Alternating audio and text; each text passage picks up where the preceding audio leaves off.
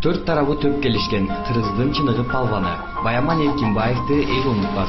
Анткени ал кыргыз элинин чыныгы уулу эле. Бирок анын өмүрү кыска болуп, жалпы эле анын аткарган ишине тойбой калды. Аны жакын билген адамдары эгер Баямандын көзү тирүү болгондо, кечээки ош окуясы кайталанбайт беле деген сөздөрдү айтып келет. Алардын бири жаш кезинен Баяманды тарбиялап, күлүп кылып таптаган машыктыруучусу Малик Оспонов Баяман жөнүндө баян кылып берди.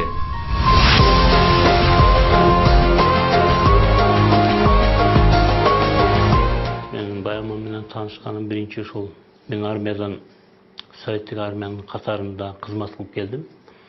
Анан кийин спорт основной спортто болдум мен 2 жыл тең. Ошо самбо күрөшү менен күрөшүп жүрдүм. Анан келип ушул шашылып берилди, ушул өзүм залыма келгенмин. Ушул эсимде, ал жөнүндө көп айтканмын. Анан ошондо мен бир көп балдардын ичинде тренировка кылып аткан өзүм залда балдардын ичинде ушул эмени көрүп калдым да. Баяман ошол экөөбүз жакындык пайда болду. Анан ошол мага өтүп, мен тренер болуп иштеп калдым. Ошондон баштап экөөбүздө жакындык болуп кетти. Күндөн күнгө жакындык болуп баштады. Ошол күндөн баштап машыктыруучу катары ал мен анын тренери катары устат болуп калдым. Ал менин шагиртим болуп калды. Анан кийин ал Баяман өтө мындай бир берген тапшырманы так аткарган, спортто да окуудагыдай да. Бир көрсөткөн приемун аябай так аткарат. Ошону түшүнүп аткарат, ашыра аткарат болчу. Анан ушу менен өсүп жатты да Баяман. Анан кийин тез эле таанылды, Ошко таанылды. Анан основной түштүк тарапта биздин Орто Азияда Фергана долинасында, Орто Азиянын Фергана долинасында улуттук күрөш бар. Тажик, туркмен, өзбек, кыргыздын. Ошол Ташкенттен биягы, Туркменстандан биягы баары келип ушул күрөшөт ушул менен. Ошондо Андижанда түнү саат 7 башталат. Түнү 7 башталат. Ага чейин Ошто, Кара Сууда, 1-2 май, 9 майларда Сахаба деген жер бар. Ошол немеде ыйык жер, бак аяр, курортный зона, ноокатта ошол жерде болот основной майрам күндөрү.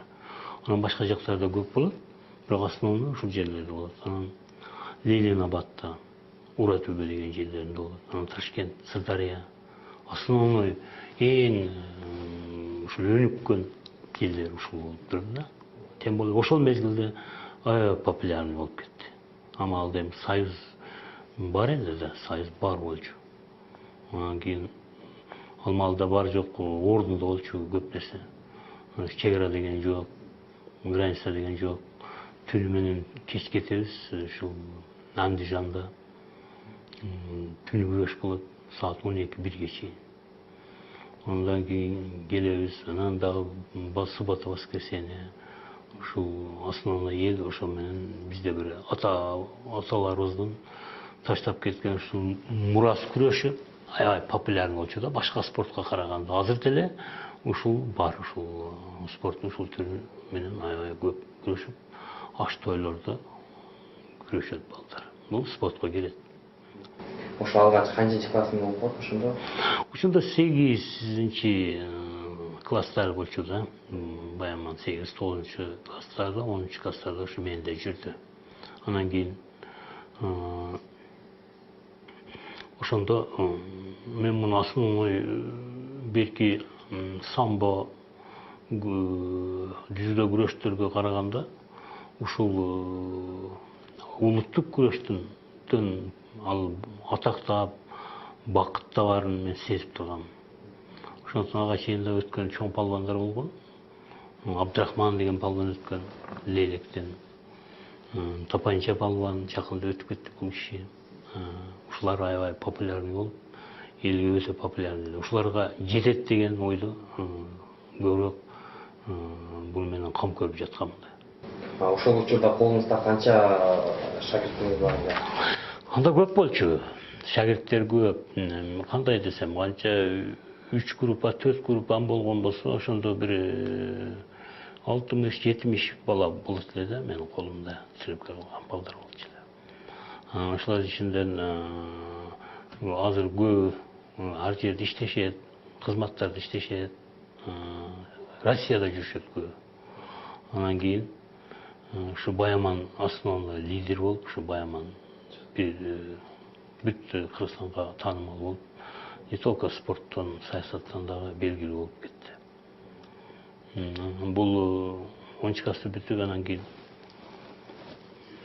Бишкекке окуйм деп калдым. Мен Бишкекке келишине каршы болдум.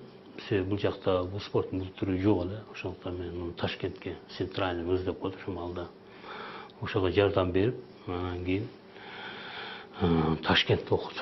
Ташкентке өткөрдүк. Амалда окуп өтүш кыйын болчу, азыр барып эле окуй бере турган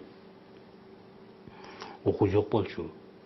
Кыйналып, Баяманды өткөрүп, ошо менен Баяман ошол эсе хозяйственный деп токойчулук эмесинде Ташкенттин, Өзбекстандын айыл чарбасынын токойчулук ошол эмесинде факультетинде окуду. Ошону окуп бүттү ошакта.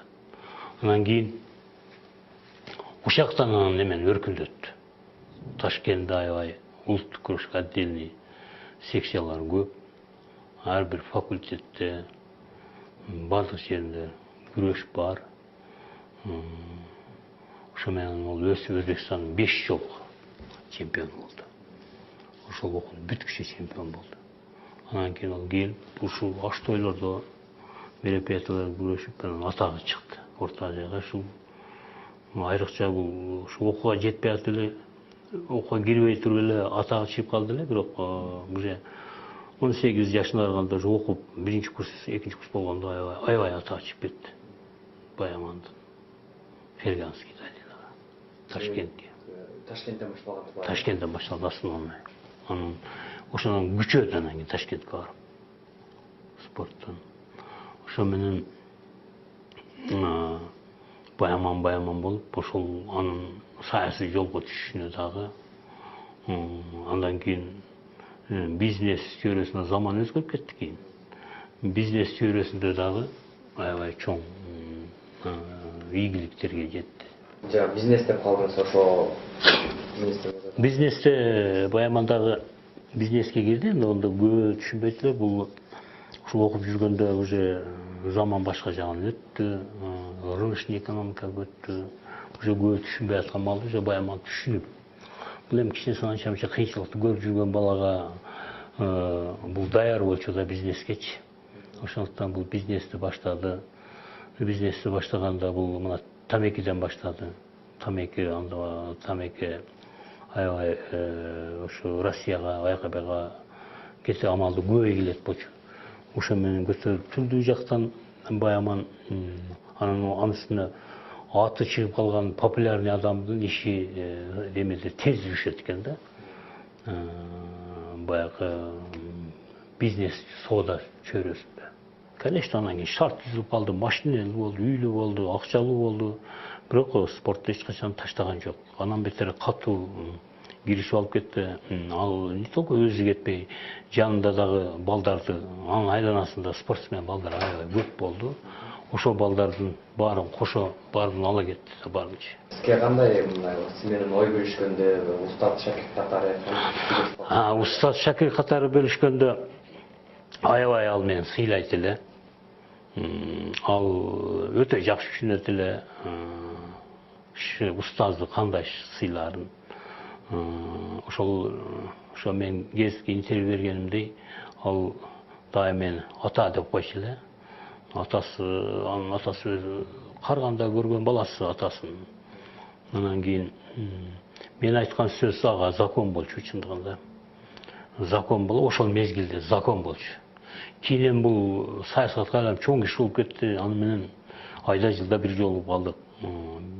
Андан кийин бул киши жогорку деңгээлдеги кишилер менен ат салышып, ошолор менен мамлекеттин мына чордондо, ордодо жүрүп калды. Андан кийин анча-мынча эми саясат чөйрөсү менен, бизнес чөйрөсүндө мен анча устаздык кылганым жок да, менден чыгып кетти. Саясаттын дагы, бизнестин дагы өзүнүн устаздары болот. Ошол жерде ошондой адамдарды тапты. Ал эми спорт чөйрөсүндө бул Баяман болуп популярдуу болуп башталыш спорт болгондуктан ал дайым мен ұстаз қатары сөзімді еш жерге таштабады эле.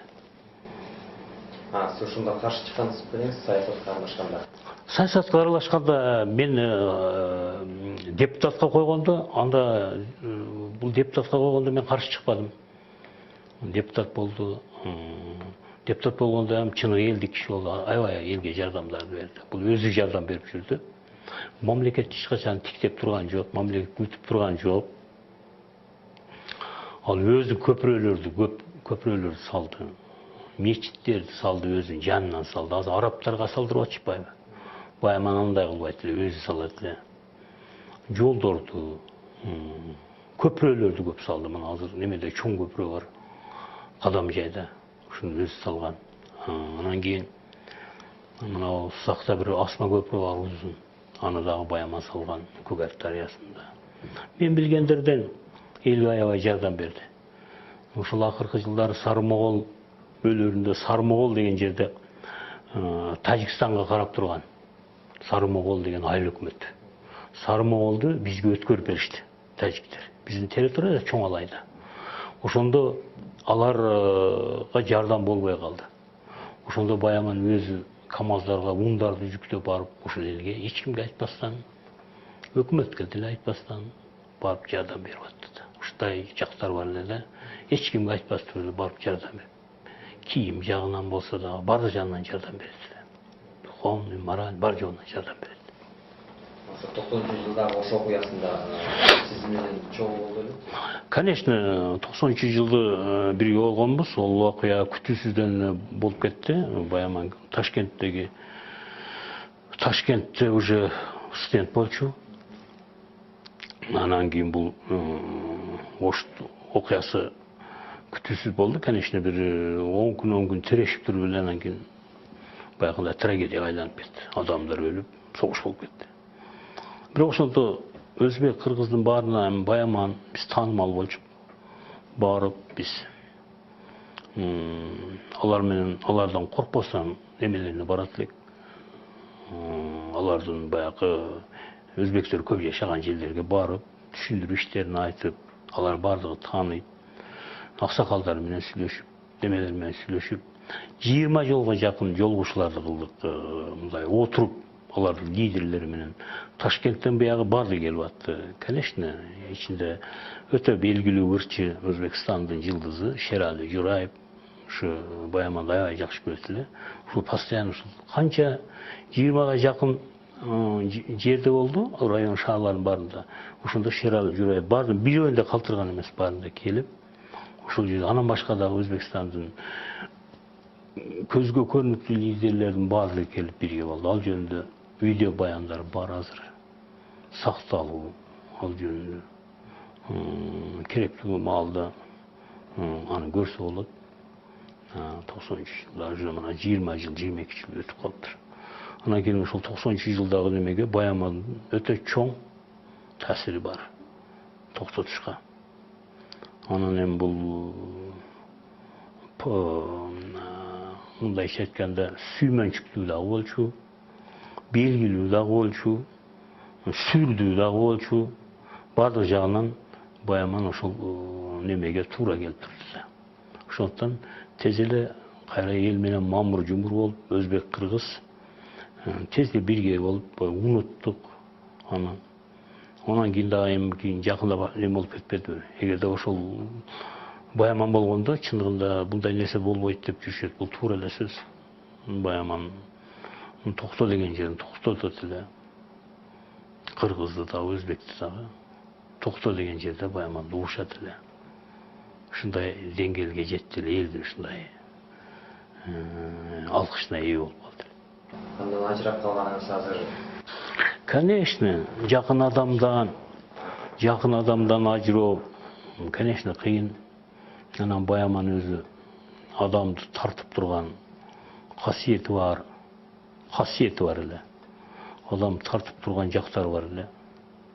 Байаман барган жердин бардыгында той, майрам болуп турчу эле. Байаман кайер келсе ошол жер праздник айланып кетет эле. Ошондуктан мындай киши менен жүрүштүн өзү дагы, конечно, жакшы болчу.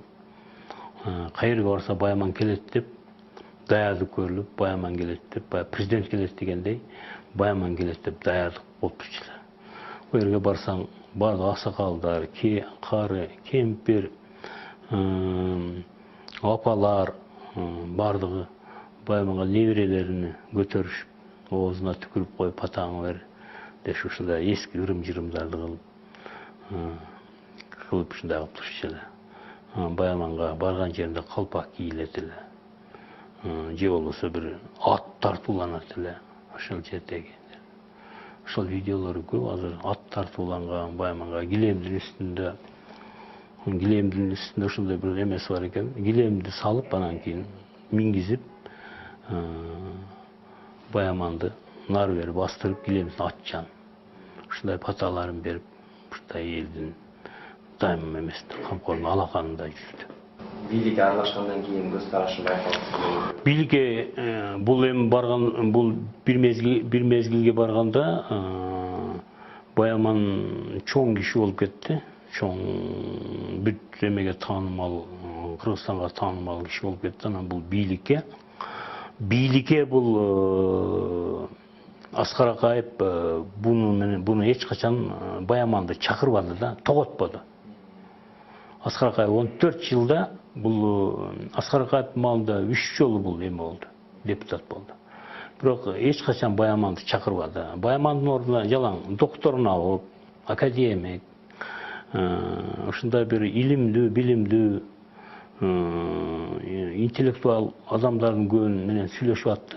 Бирок Баяманды как палван катары, же болбосо бул илимсиз, билимсиз дегендей кылып туруп, аны эч качан бир дагы неме сүйлөшпөдү Аскар Акаев.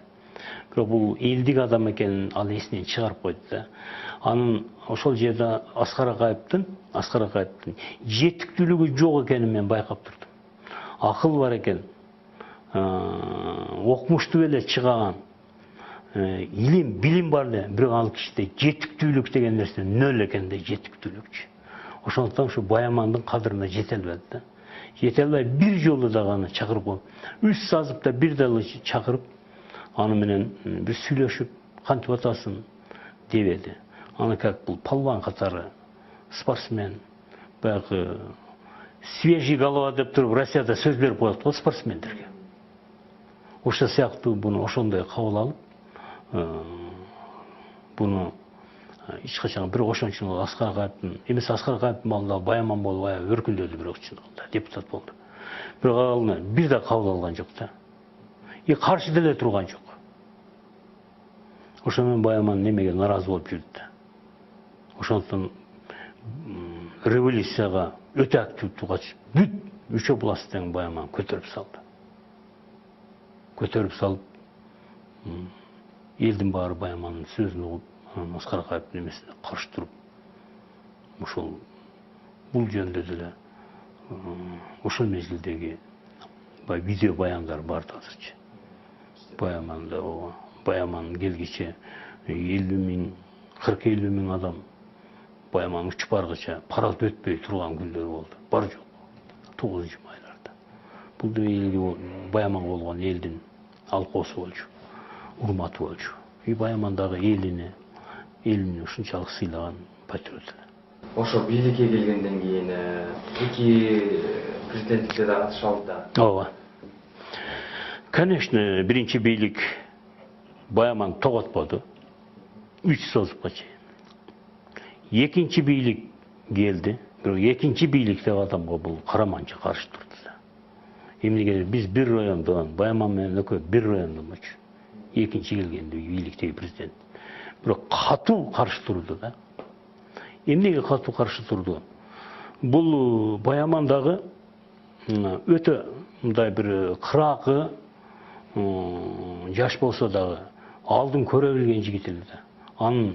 Анын характеринен, мүнөзүнөн анын кандай кам болорун байкап коюптур да. Ошондуктан катуу каршы туруп, өзү ошол бийликтин курманды болуп кетти. Катуу каршы турду. Мен башка ким болсо болсун ушул болбосун деп туруп алды. Бирок эми, конечно, Баяманды биз кой дедик, анттик, мунттик, бирок президенттиктен немесин алды. Бирок ошол бийликтин каарына калды да. артынан бийлик сая түшүп, акырында Баяманды жок кылып, эгерде жок кылган мүддөсүнө жетишти. Бирок ол бийлик деле Баямандан кийин узакка барган жок. Бирок ошол Баяман ушунчалык алдын көрө билген көсөм экени байкалып калды. Эч ким убарт эте албай, эч ким аны сүйлөшө албай койду. Сен эме кыласың? Сенин агаң болсо, сен бир жерден болсоң, ал бар жогу жеткен, бардык ступеньканы басып өткөн болсо, десе дагы болбой турду да. Толку ал болбосун. Ошо өзү да айтып калыптыр да, ошо менин аркаман бир кишилер түшүп жүрөт деп, ана сизге да айткан беле, өзү да байкап калган экен да. Конечно, акыркы күндөрү ушундай кылып мен по-моему Сокойбойт окшойт деген биз айттык, кач дедик. Түрлүү түмөн мисалдарды келтирдик. Качып кет, саясат ушундай. Качасың, качан сенин шансың келгенде, бир мезгил болгондо сен келесиң. Азыр эми сага бул жерде жүргөнгө сага неме жок. Эч кандай себеби азыр башка бийлик, сени жактырбаган бийлик келди. Сага болбойт. Сен башка өлкөдө жашашың керек дегендер менен башкалар да көп болду да. Бирок ал мен кетпейм.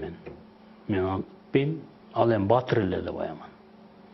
Көп батырларды, көп жигиттерди батыр деп атын айтса, Баяман чыныгы батыр болчу.